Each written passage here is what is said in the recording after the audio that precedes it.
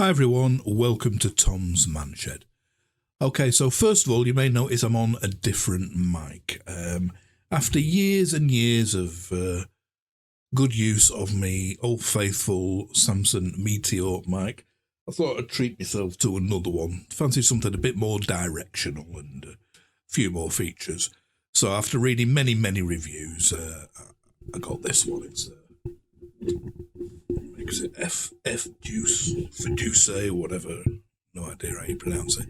But I read reviews on quite a few sort of like reasonably priced mics, and this got good reviews, and it seems okay. So once my boom arm, I've ordered a telescopic boom arm comes for it. I might do a review on that and the mic, but that's by the by. So this review is on probably the most expensive item I've ever bought from Lidl's. It's this portable air condition unit. You can see it there in the background. I've already fitted it. And it was, I'll show you how much it was from Lidl's. See there? It's normally £179.99, so 180 quid. I got 18 quid off it because I'd reached that on the Lidl's app on my phone. I got 10% off the bill, so I got it for like 162 quid. Now, I've bought it for the shed. It's a very low output air conditioning unit, and I dare say for most instances, for most people's reasonably sized bedrooms or lounges or whatever you're going to put it in, it just wouldn't cope. It's probably about the smallest one you can get in terms of cooling output. But for me, it's ideal because this shed is very small. I'll put the measurements on the bottom of the shed here, but it's way within its cubic capacity of what it'll do, which you'll see on the pictures I'll show you of the box very shortly. Now, I debated whether to get one or not because we don't have that many blazing hot summers, but it does get pretty warm in here. I've got it really well insulated here, the ceiling and all the walls, and it does trap a lot of the heat in on a hot day, particularly off my PC here at my side.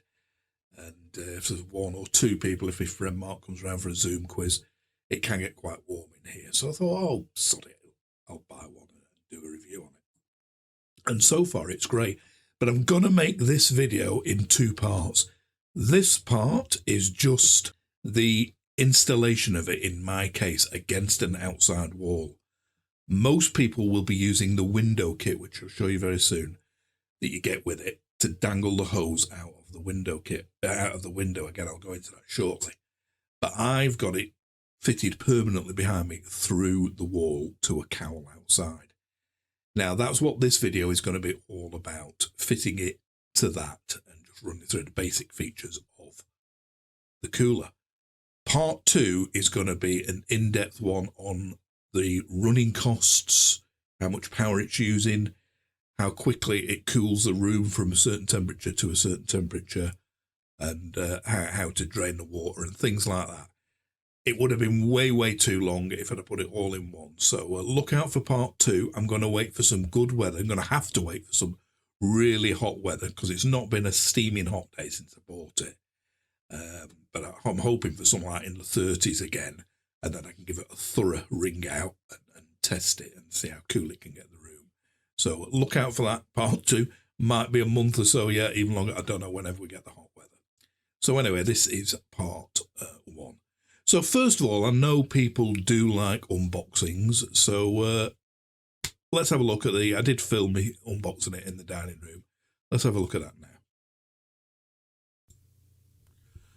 Right, just before we do the unboxing, I'm just squeezing this bit, and I've just remembered, I've got an appeal to make to all my viewers in helping me try and source this thing. What it is, you'll see shortly, the way I cut the hole in the wall behind me for the duct was using this. Now, it's a Lidl's, in fact, I don't think I've reviewed this, but I've had it for quite some time now. Lidl's combination cutter, they call it. And I use it purely for cutting circles in wood. And it's absolutely brilliant. It's like a sort of like a router, if you will. There's a collet there.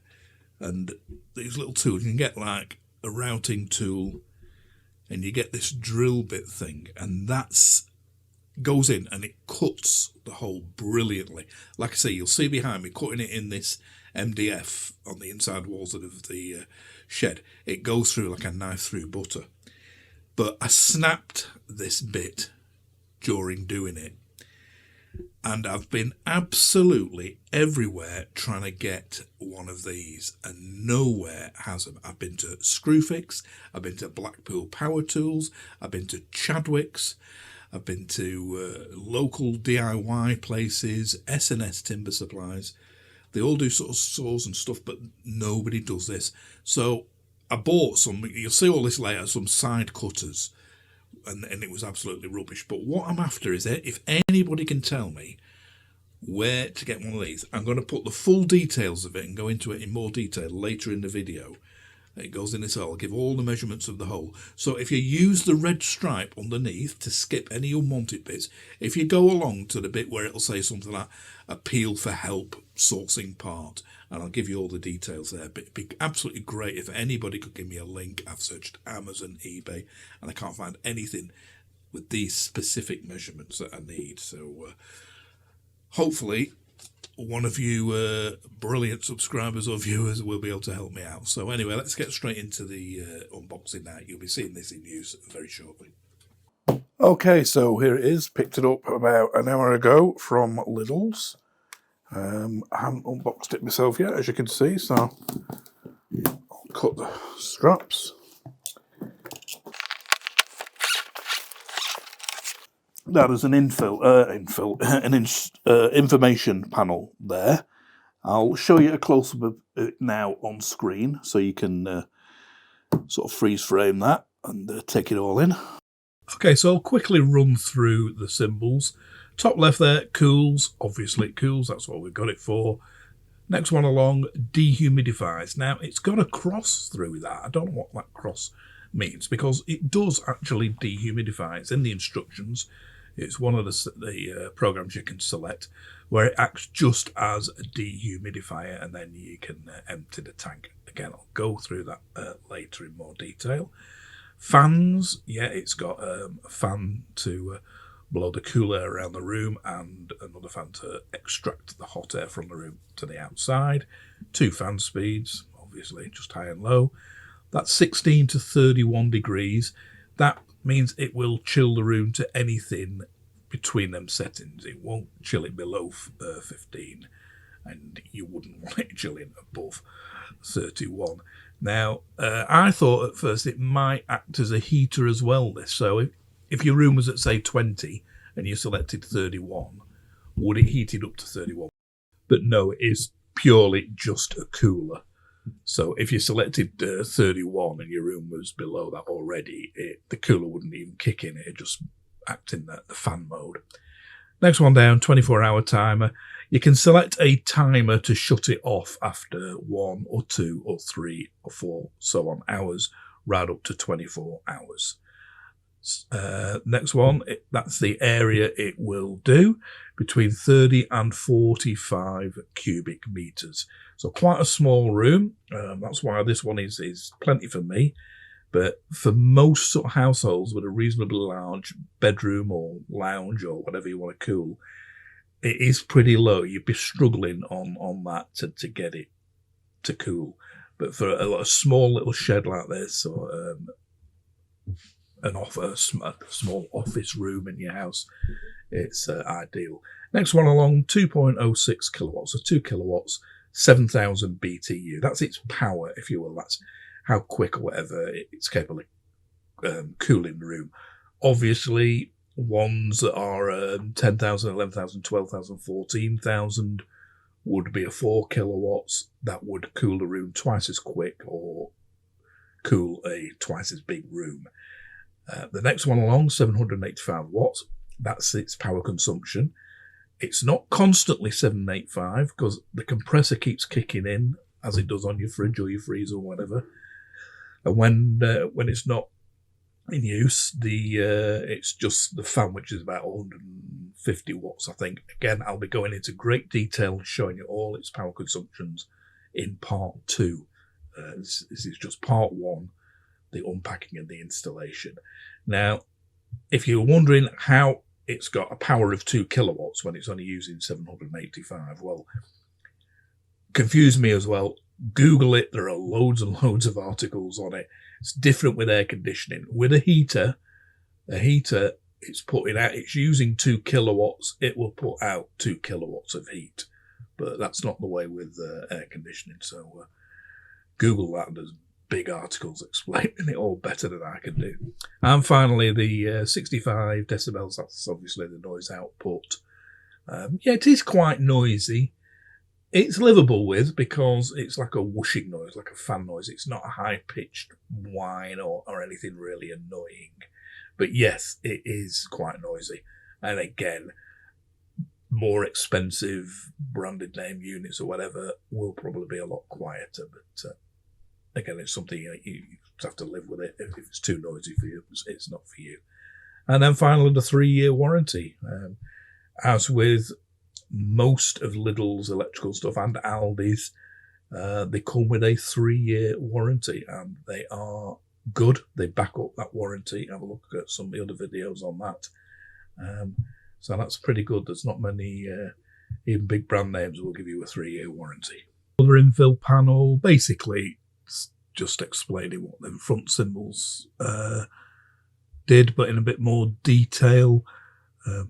Where it says includes remote control with batteries or 1.5mm drain hose, that's the air, draining the air out hose, the big diameter thing I'll be showing you, not the drain hose for the water. To drain the water, again, I'll be showing you in detail later. If you want a permanent drain setup, you have to buy your own pipe for that. But that's the drain hose it's referring to is the one that you dangle out the window or whatever to get rid of the air, the hot air from the room.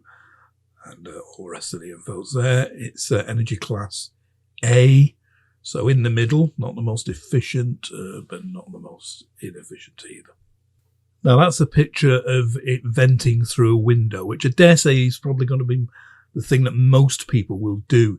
You do get that window kit with it. I'll show you very shortly. But the bulk of this video is about my installation, which is it's sort of like semi-permanently fitted on an outside wall, so I don't use that window kit. And the usual safety badge. One of the things there in big letters, the appliance shall, in uppercase, be installed in a room with a floor area larger than 7 square meters. So I'm not sure what the reasoning for that is, why the floor area should have to be that. Obviously, that is a tiny room. My room, this little shed is easily double that, but yeah, seems curious that. So this is the back of the unit. That large filter there at the top is removable just via that centre screw. That's the air inlet into the unit, the room air that it's sucking in before it treats it and blows it out as warm air. The little sort of knob thing there on just below it is the drain that you use if you're permanently connecting a drain pipe to it, if you're using it mainly in dehumidification mode.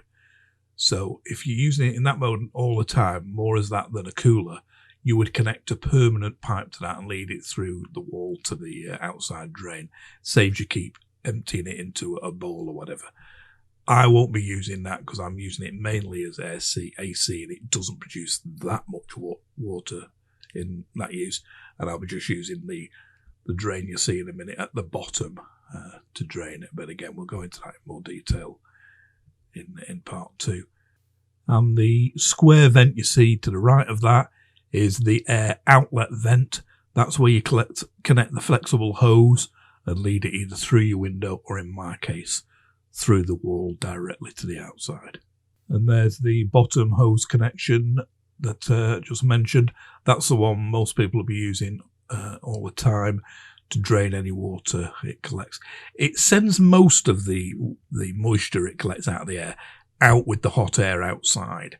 But if it's very, very humid, it will collect some in its internal tank, and that will need emptying. It's not very often. Again, I'm going to give it a thorough going and tell you how often that needs doing. But in my case, where I'm going to be using it solely as an air cooler, that's the connection that I'll be using. And that's the very bottom of the unit. And you can see there on the right-hand side, that white ridged thing is the sort of like ring that holds the rubber stopper in at the bottom of the tank. So you just take that out, pull the rubber stopper out, and that drains the water out of the tank. I think it holds just half a litre. Like I say, the vast majority of any moisture it extracts from the room will be ejected out with the hot air outside, but any that it doesn't, that will collect in that tank, and you will periodically have to empty it. So again, I'll tell you more detail in part 2 once I've used it for a few days in the hopefully to come hot weather, and I'll also tell you how often that needs emptying. But that there is the water tank on the right hand side. And finally, that's the top of the machine from the left. Swing. That is like oscillating mode of, say, a normal table or a pedestal fan. There's like a flap which will divert the outlet left and right, or in a fixed position. Timer, obviously, when you press that, that's when you set your hours, 1, 2 or 3 hours that you want it to shut off after.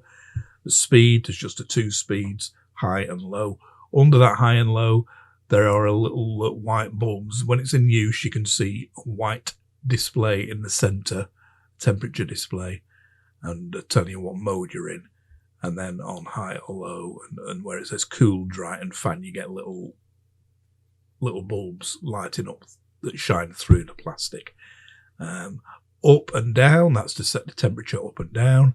Mode, again, that's to select it on cool, on dry, i.e. dehumidify, or fan, just acting as a fan, like an oscillating fan, blowing air around the room, but it will be just a room temperature air. And then sleep, that's the sense that the timer. The timer is where you set the amount of hours. Sleep is whether you set it on the sleep mode on or the sleep mode off. And then finally, power button on the right hand side.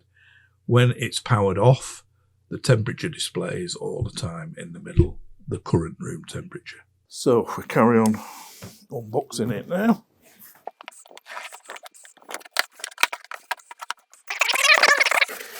In the top, you get this duct, which I presume goes on the back of the heater, and that's for straight through the wall, which is what I'll be using. Another adapter ring there. I'll go into detail later what these bits do. The instruction book and a remote control. Quite a nice looking remote control. Again, I'll show you up in close up later. It's got an LCD screen on it as well. And you've got your actual duct. Some loads of stuff in the middle of that as well. So that's your duct that comes apart like that and concertinas up. You got this is your window fitting kit. Again, I'll go through what you do with that and show it in more detail, although I won't be using that because it'll be like semi-permanently fitted against the wall. And then, as I see, just looking at the whole thing slides off.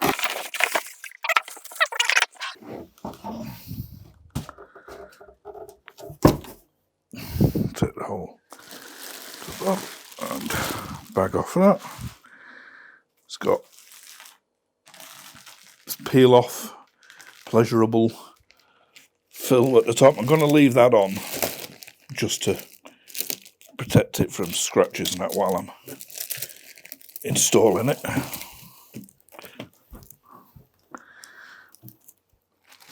It's got a moulded on plug.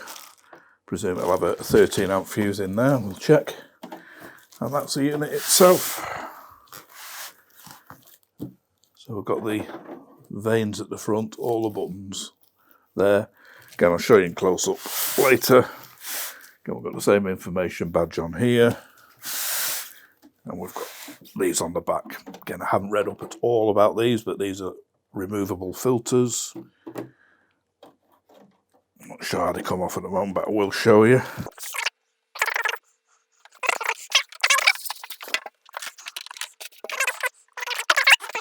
So that's just the unboxing, because I know some people do like to actually see it taken out of the box. Okay, so that was the unboxing. Now, the way a air conditioning unit works, I'll just briefly explain how they work. They suck the warm air out of the room and dump it outside. They're not a box of ice or anything like that. There's nothing cold in there. It's like a compressor and a condenser unit, just like your fridge or your fridge freezer. And the way they work is they suck air out of the room, the warm air out of the room, and in the process doing cool it and pump cool air out. So it's vital that that hose, this flexible hose, this is the bit I've cut off that I didn't need when I put it through the wall again. I'll show you that shortly. It's vital that this be put outside.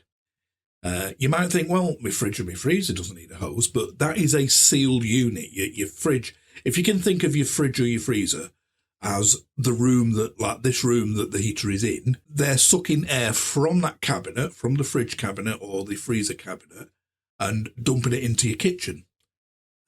So it's actually warm. Your fridge will warm your kitchen up. This, you don't want it, can't have it dumping it into the same room or it'll be fighting a losing battle. So it has to go outside. Now, most people, I think, won't be doing as I've done, mounting it on an outside wall. They'll be using the window kit. Now, this is that window kit. See, it's tapered here. Show you what this bit does. I think right out this zip down this bit of it here. Right, it's like this wide here. Right there. The tapered bit there. And you dangle your hose through this bit. Now, it shows in the instructions this bit when you're using the window kit connected to it. But the hose going through circular, again, I'll show you in the instructions in a minute. So you don't really need this bit. And it's got holes, as you can see around it here, like mounting holes. It's as if it's supposed to be permanently screwed to an elongated slot. So I'm not really sure why that bit is included. But if you do want to use that, this flexible hose here, you just pull a couple of the ends out, and that just screws on like that. And the same, the other end of this hose that attaches to the cooler itself on a slot thing that slides in. And once that's in, you can move this around to any angle, and it's solidly screwed on in there. So I'll show you in the instructions here how that window kit mounts. Like I say, I haven't used it, so it's hard to show it in action. But I'll show you in the instructions. And if you do get one of these, it took me ages. It was it says refer to figure whatever for the window kit, and you've got your normal Lidl instructions with your fold out thing with the bits on. Tons and tons of safety stuff and that. And I couldn't find it anywhere. But then it's in the very back bit. Fold that out. And I'll hold it up to the camera, and this is how you mount the window kit. So have a good perusal of that. You can see you stick the Velcro. It comes with a big roll of Velcro. It's just the hook side, because the furry sort of side of the Velcro is already stuck to the window kit. But that's how you mount it. So you'll stick that round your window frame and you can see the hose there going through it on number 6. And if it's like a top opening window, you put the hose there at the top, or a side opening one halfway up, and that zips around it. But you can see it's the tubular bit going through that they've zipped around, so no need for that elongated slot bit. I suppose if you had a sash window, up and down sash window, you could make yourself a board or even a clear piece to let light through of Perspex with a round hole cut in it, and then put that in and pull it down. I assume, I haven't looked, but there's probably different window kits for this sort of thing on Amazon and eBay and that. But like I say, I won't be using that, but that's what you get. You get the Velcro and that window kit, because it's imperative that you get that hose out of the room that you're cooling. Okay, so we'll now get into the installation of it, and what I wanted for the inside wall was an absolutely spot-on exact hole that gripped this tube, duct or whatever, pretty tightly, because I want to pull it in and out from the wall and turn it round into the room and give it the required measurement behind it, as for, which is 50 centimetres behind. So I wanted the wall, the MDF hole, to grip this pretty tight. So I was wondering whether to do it the whole diameter in there, but it wouldn't have sort of come. But I did want a very tight bit. When they do the cowl outside and I shove that through the hole, there's a lot more clearance. That's an easier one to do. So I needed this to be absolutely spot on. So what I suggest is, if you cut in the hole, do some test cuts. So it's critical, the distance between here and the screw that you put through the centre of the wood, and then you sort of turn this round. It's critical that that distance is exactly, and I mean exactly to the millimetre. Because if you just do one more extra millimetre on here, that's the radius. When it comes to the diameter, that's 2 millimetres difference, which can make a difference whether it grips or it doesn't grip. So what I did was use some of the spare MDF I had and do some test holes. And as you'll see now, you'll see the bit like Goldilocks. Some are too big, some are too small, and there's one just right. So let's have a look at that now.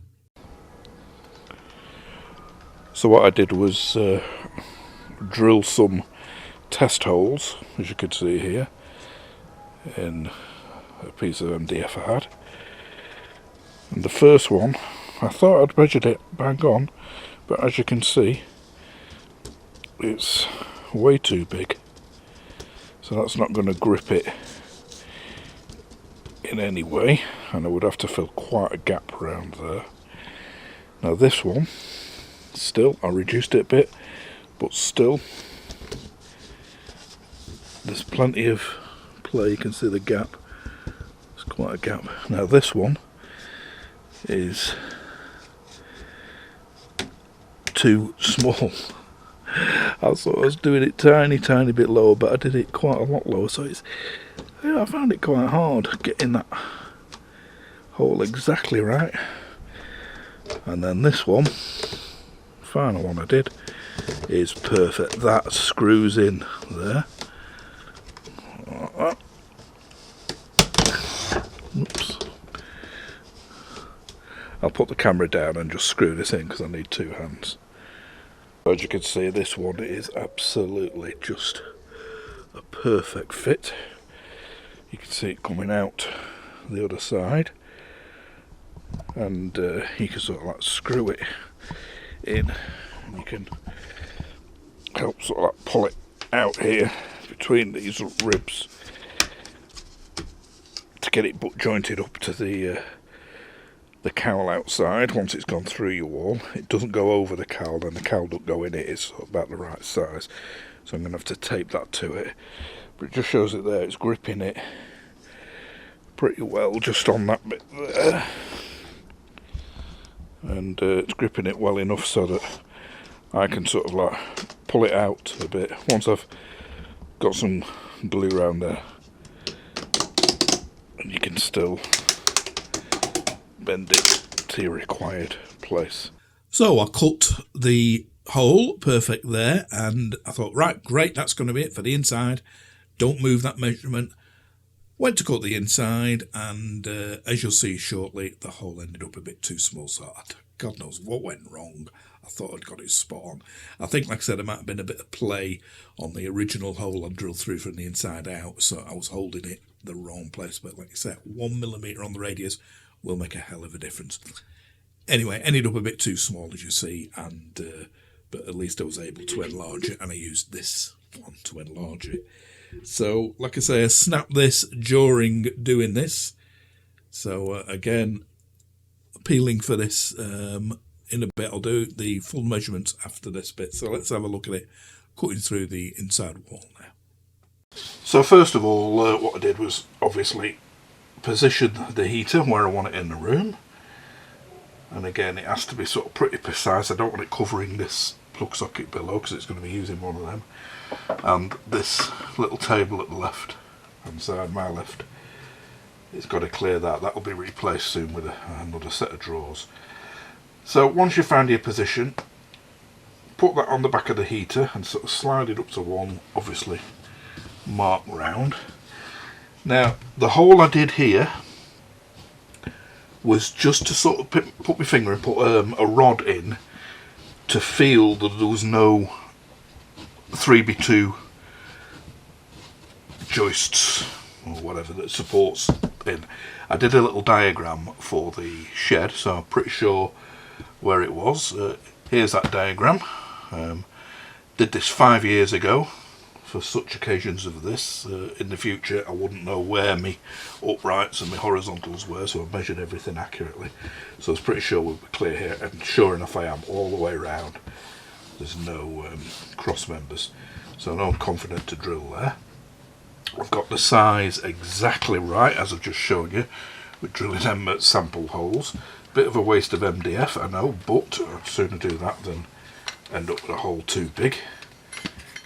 Hole too small, you could always enlarge it, but it'd be a bit hard work with a file or a half round rasp getting it right. So I know this measurement now is absolutely spot on to grip the tube pretty tight. So it's basically just put your centre in there.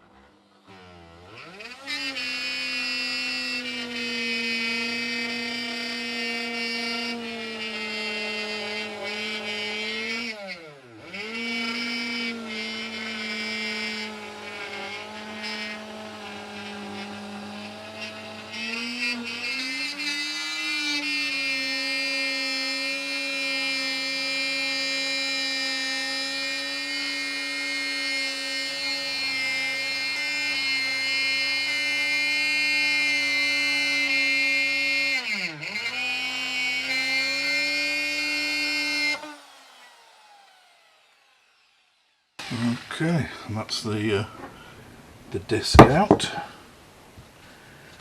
Got all my insulation here, so I'm just going to shove that to the sides. We've got a joist just above there, so that's fine. And that is now, so it's bang on from when I drilled the last test hole outside. Something has gone wrong. Oh, all my best plans. I hadn't altered this measurement on here whatsoever, and the hole is too small. Oh, what's gone wrong there? Probably the centre hole was a bit sort of big for me drilling it through to find outside. So this is now sort of definitely too small to fit that in by quite a way. That's weird, that. So it's just a matter now of enlarging this hole, so I'm just going to do it with this.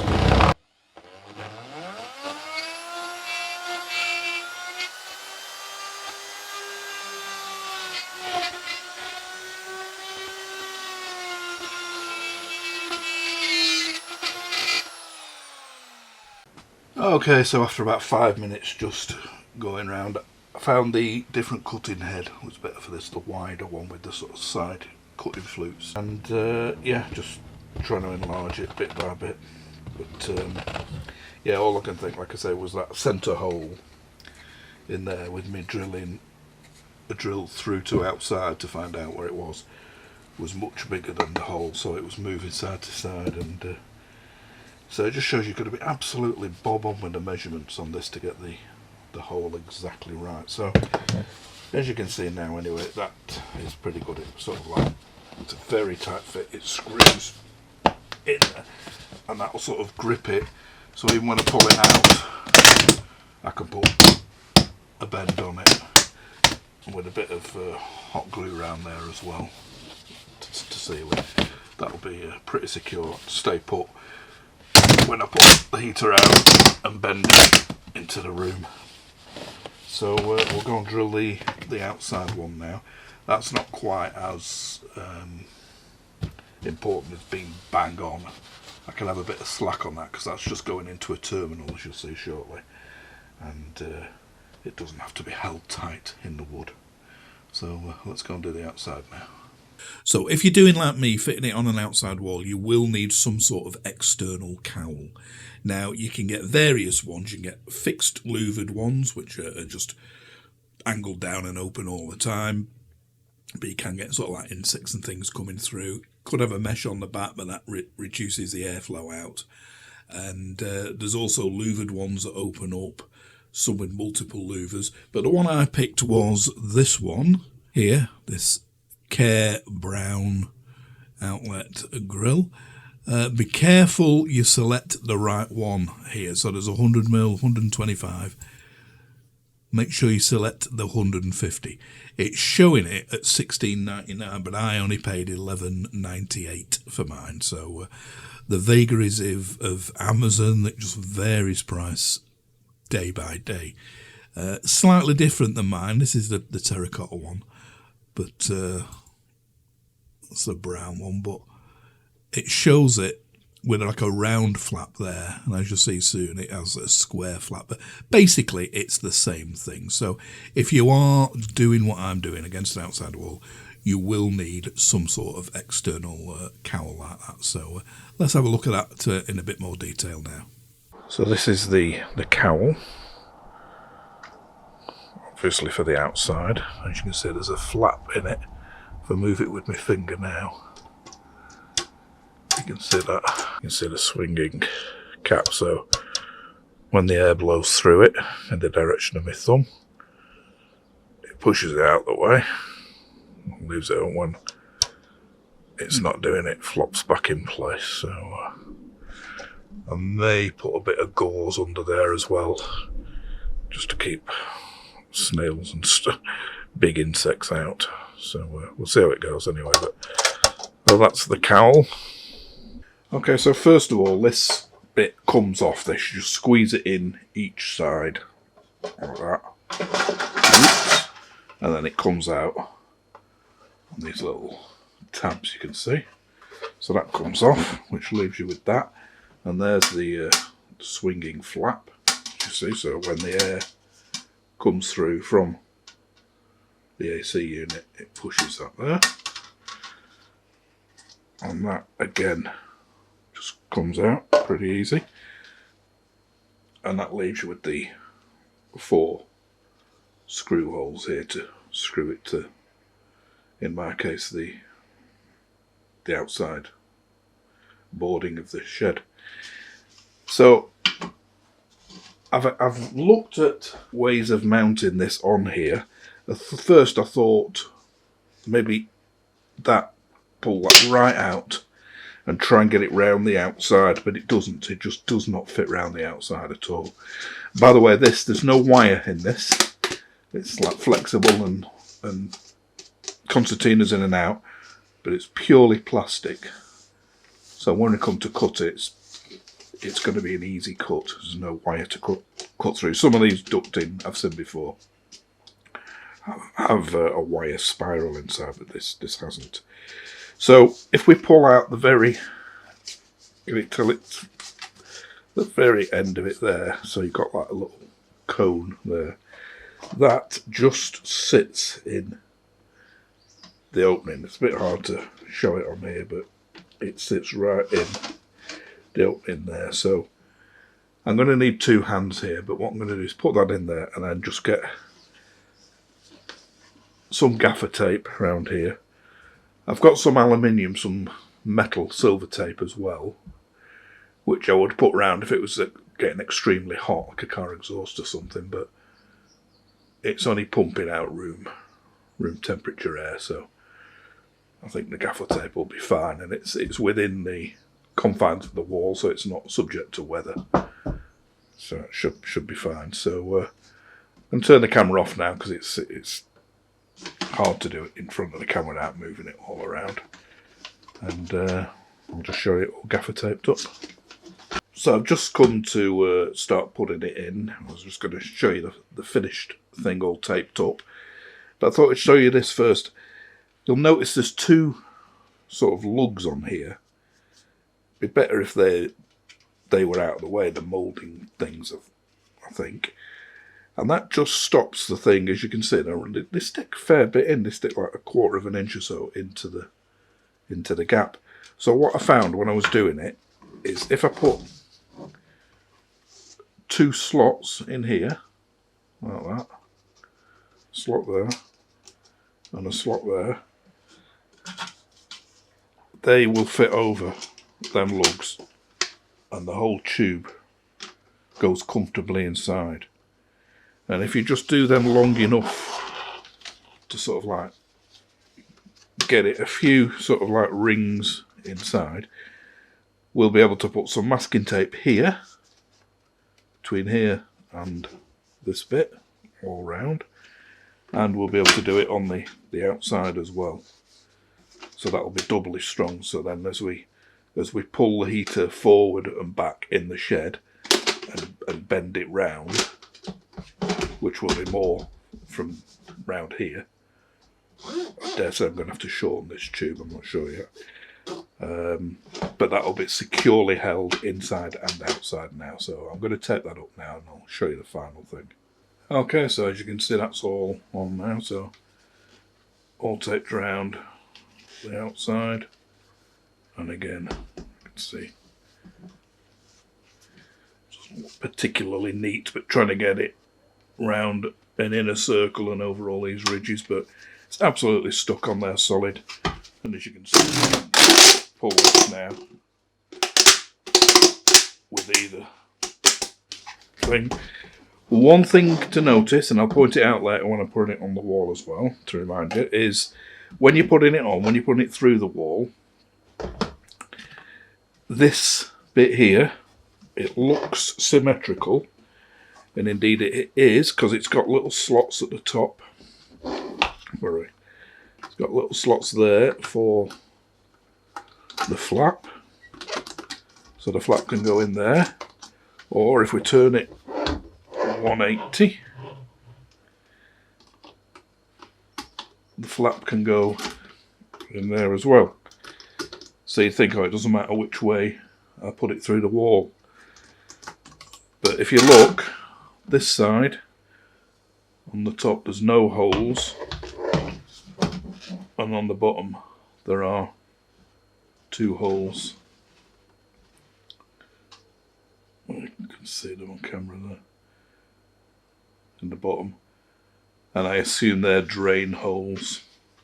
When it came, that's the way around it was, so make sure when you put it on you've got the 2 holes in the bottom of this surround on the bottom, so any water that does get through, which it shouldn't if you've silicone it proper, any water that does get round there can drain out of them.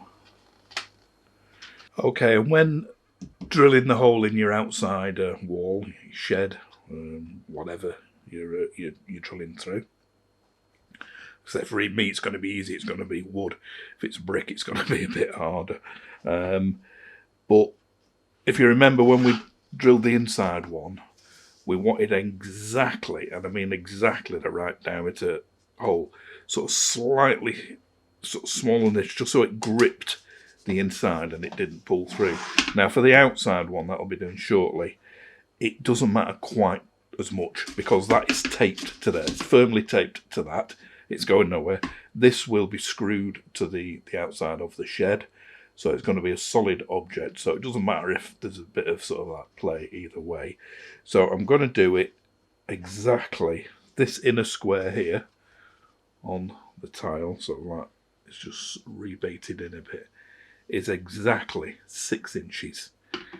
So what I've done, so dead easy that. Obviously set your compass to 3 inches apart, half of 6 inches. I've done that. That fits over there perfectly now. It's a reasonably snug fit going over that tape, but it will go over. It'll go through the wood as well. If it doesn't, I could just rasp it again, the one outside. But that there, because there's a tiny bit of play in it, and it's a perfect fit. So a 6-inch hole is what we're going to be doing in the wall. That's the disc I've just cut out of the cereal box. So I can put that on the centre hole I've already done. Do a line around there. I'm going to drill a pilot hole because I may have mentioned it in the video. It depends how I edit this together, but I broke the bit I used for cutting the inside hole the other day. Yesterday, I broke. It snapped off. And I'll mention it later, but I've had a hell of a job getting a replacement. I can't get one like it anywhere. And so I've sent off yesterday to Amazon some side hole cutters, and I'm going to use one of them. So I'm going to put this on, and I'm going to drill a 5mm pilot hole, which is the diameter of this new cutting thing I've got, right on the edge. And then once these bits arrived, I can film that for you, and hopefully it's all the hard work's then done. Okay, so I'm about to cut the outside hole now, but I'll make that appeal proper now and give you all the details. As you saw, when I did the inside hole, I used this, which came with the Lidl tool. But between the bit you've just seen and the bit you're going to see, when I snapped it, I drove round. I spent half the day driving around shop after shop and looking online, and I could not find anything this size.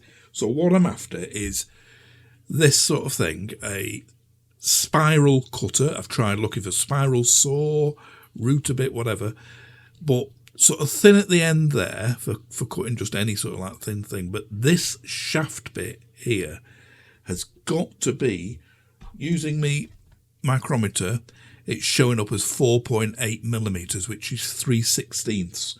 So that's the size of the collet it goes in.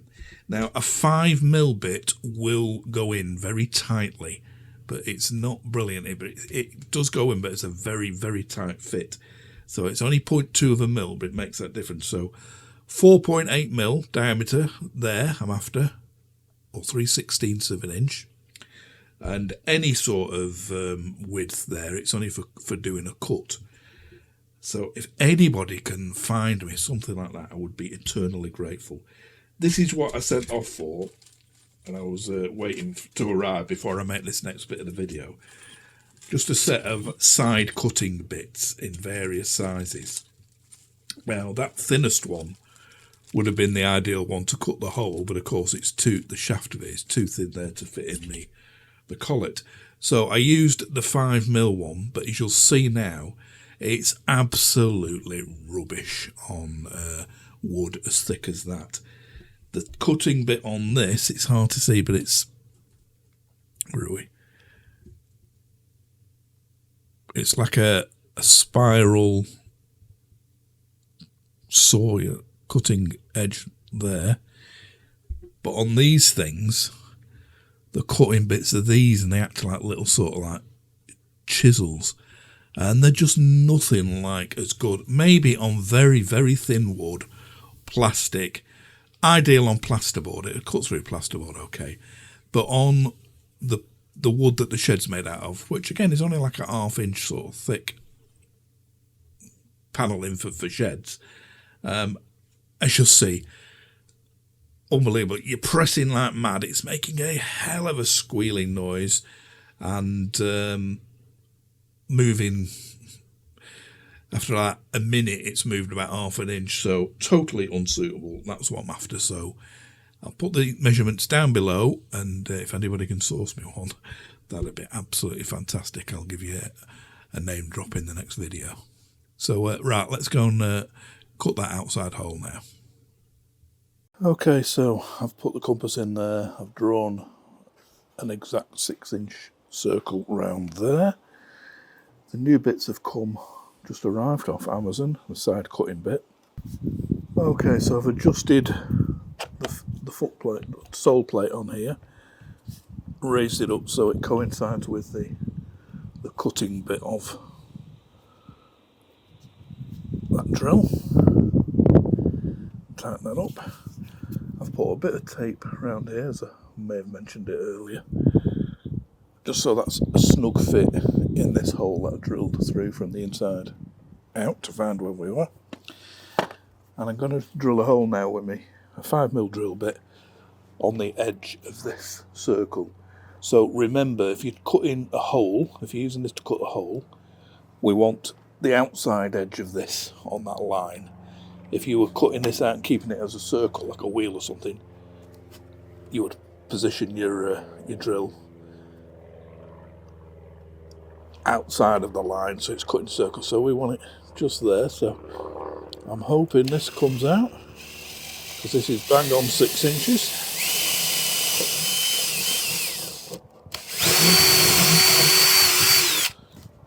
Right, I've got that 5mm hole in there now. Okay, so if we now position that in there, just altered it, got it right.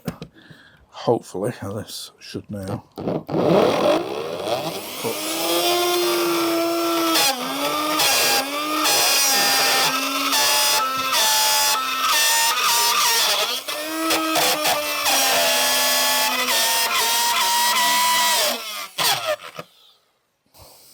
that is crap.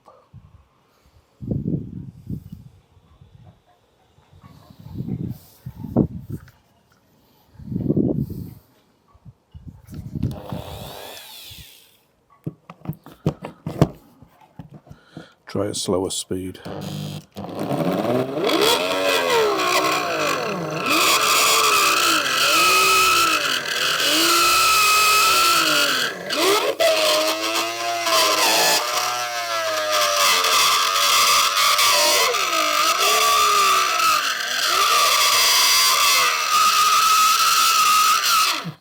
No, I'm afraid that is rubbish. Okay, so as you can see, that blade in there, total waste of time. God knows that could cut some very, very thin wood, maybe. Plasterboard wouldn't be any problem, but not on this. It's not that thick, it's only sort of like half an inch thick, I think, but as you saw, rubbish. So like I say, I'll be asking about that cutting blade I did have, because that was brilliant. It went through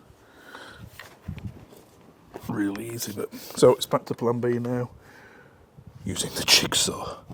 So right, let's go around with this.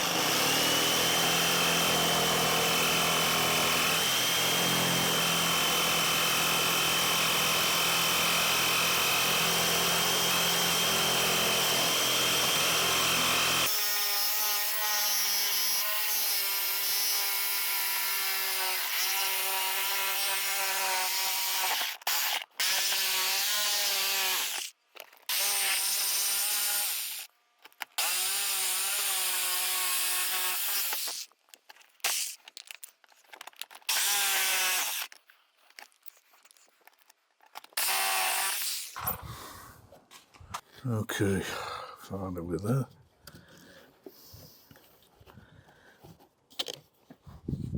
Not a bad fit.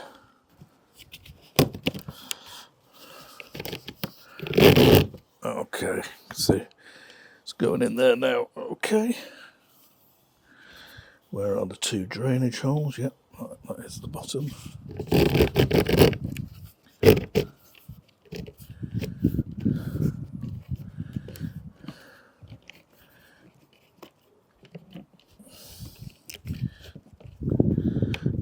so it's just about now, no need to show you this, drilling 4 tiny little holes here. Okay, so I'm just going to give this exposed wood a coating of preservative. Shouldn't need it though, because it's all going to be silicone round the seal, but you never know.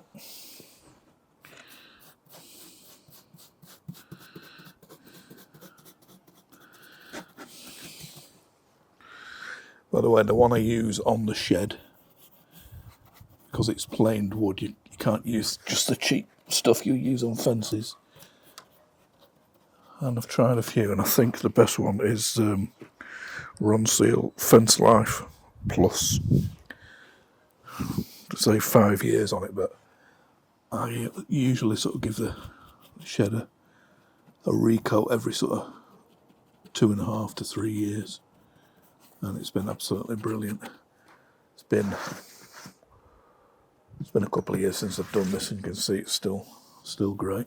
It's 5-year-old now, the shed. No, in fact, this bit it's 15 years old now. See my other videos on the shed construction. This bit was the original one, the observatory, and I extended this about 5 years ago. Okay, so that's a very good coat of that now. Right, I'm going to drill this ready. So, again, as I mentioned before, make sure the drain holes are at the bottom.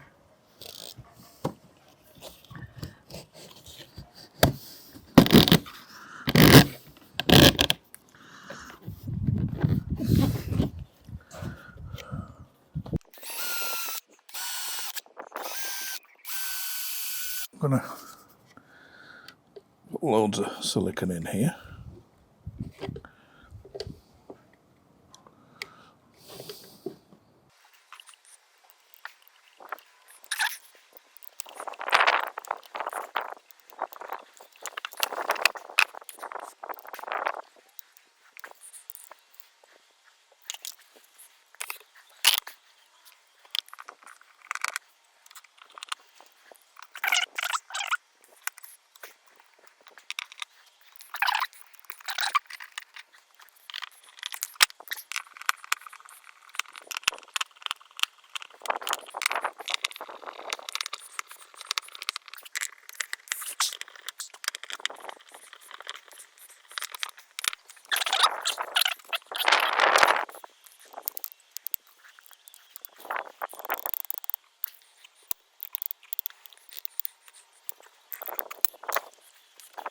I might just smoothing that round.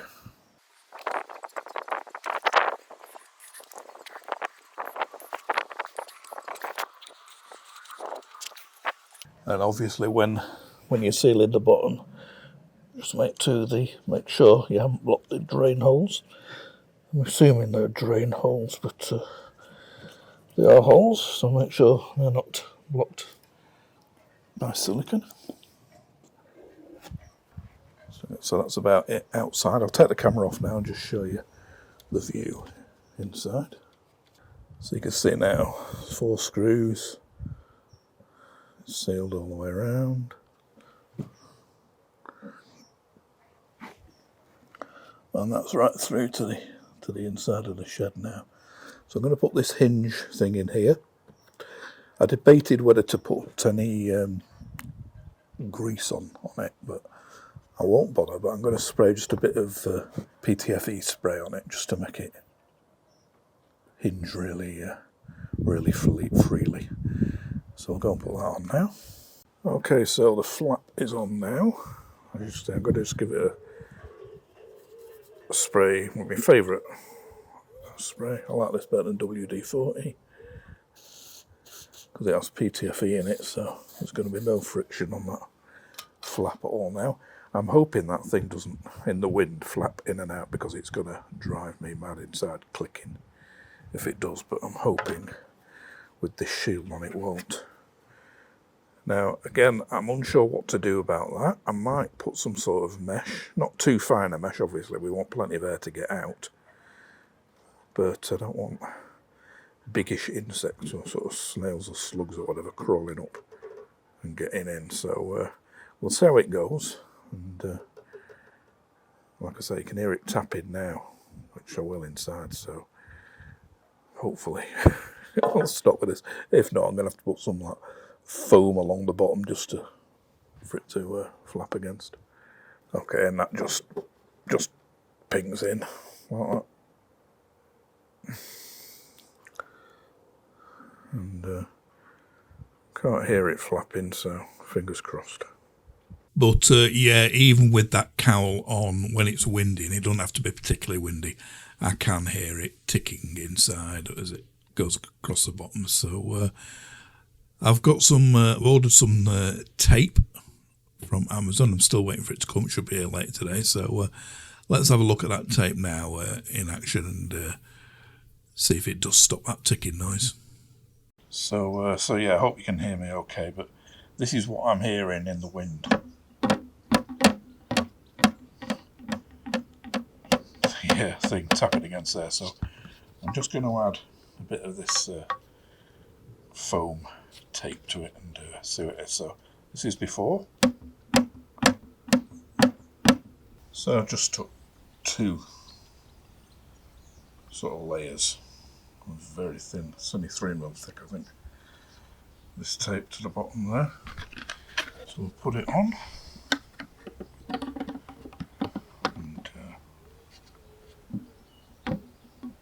And it's definitely better. Still a bit of a thump, but I'm pressing that quite hard. In the wind, I don't think it's going to go that hard. It might still hear something, but definite improvement, so we'll see how it goes.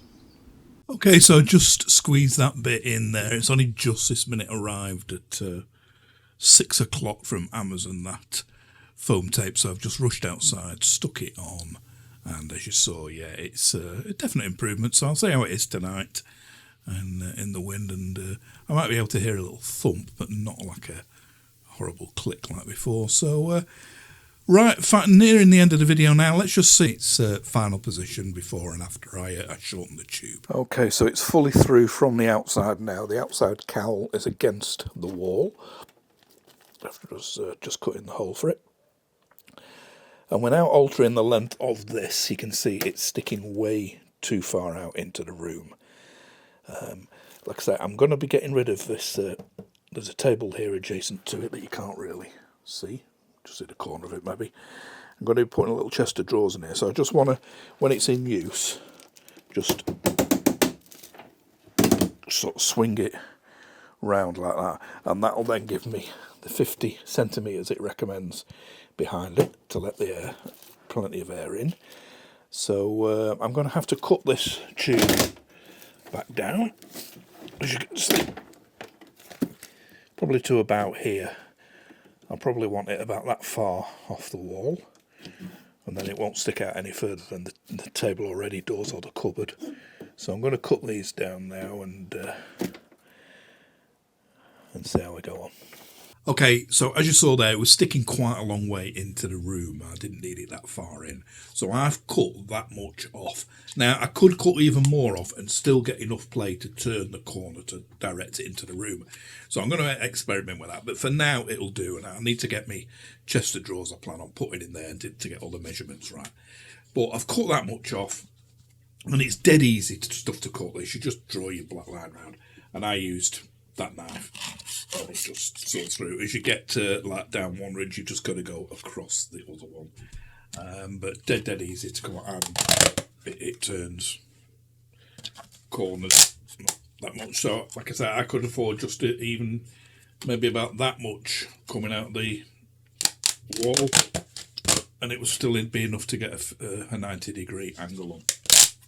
Okay, so for now, I'm going to leave this round here free of hot glue. I was thinking of putting like a bead of hot glue around there just to make sure it's only this bit that flexes, but for now I'm just going to leave it and see if everything's okay. Can can always put that on later. So it's just a matter now of plugging it in. Leave it turned off there for now. So, and then I might as well turn it on now. And then it's just a matter of lining that up there with the slot, sliding it along until it's in. So it's that far off the wall now. Now obviously I could cut this back a bit further and get it even further back, but again I'm going to leave it for now until I've got the chest of drawers in here instead and see exactly how far it fits out. Okay, so let's have a final look for this video anyway at the position I'm going to be using it in. You can see it in the background there. That's probably the position I'll be in, blowing it towards me. But let's have a look a bit more in close-up, and again I'll just show you a couple of the controls. Okay, so this is sort of how I can use it. I've got it pulled out, and as you can see, it's just turning into the room there. And that leaves plenty of room. It says leave 50 centimetres, which is quite a lot behind it. So it's better there. And it's just, this is the table I've got in at the moment. As you can see, I've been doing some preliminary experiments with running costs and that, which I'll be going through thoroughly in part 2 of this video, when I upload that in a couple of weeks or whatever. And like I say, I hope to get a set of drawers in here which won't come that far out. Excuse the mess on this table, I haven't cleaned it yet. But that's the thing. Now you can just see, again, the figure flickering. Now it's 27 at the moment. You can just see the display there. That flickering you can't see with the naked eye, it's just the camera. And it's plugged in now, but it's switched off, and that's showing the room temperature. Again, I'll be doing proper noise tests, but if we turn it on now, it goes to 16. That's the last temperature selected that you selected it, and that's as low as it'll go. And I'll run through again what all these buttons do again in part 2. But that's it. Like I say, it's quite loud. I'll be doing again proper noise tests with the dB meter and that to give you an idea what it actually sounds like. But it's not that bad. I can live with it, and it's great. Spoiler alert: I love it so far, and but that just gives you an idea. So I could cut a lot more out of that and go further back to the wall. So there you have it. I'll wrap up this part 1 now, because that's the install finished. And like I said, keep your eye open for part 2. As I mentioned earlier on, I want to wait for some really the hottest weather we can get to show you how quick and how efficiently it drops the temperature of this room. But like I say, I have tried it on a couple of warmish days, and it's not too bad at all. Within sort of minutes, you can feel it blowing right from over there. I can feel it on my back, blowing chilled air, not room temperature air like a normal pedestal fan would. It's like sort of going to the supermarket and standing in front of the air. You can feel the cool air coming at you, and it's really nice. One thing I did forget to show you at the beginning is the remote, so quite a nice remote.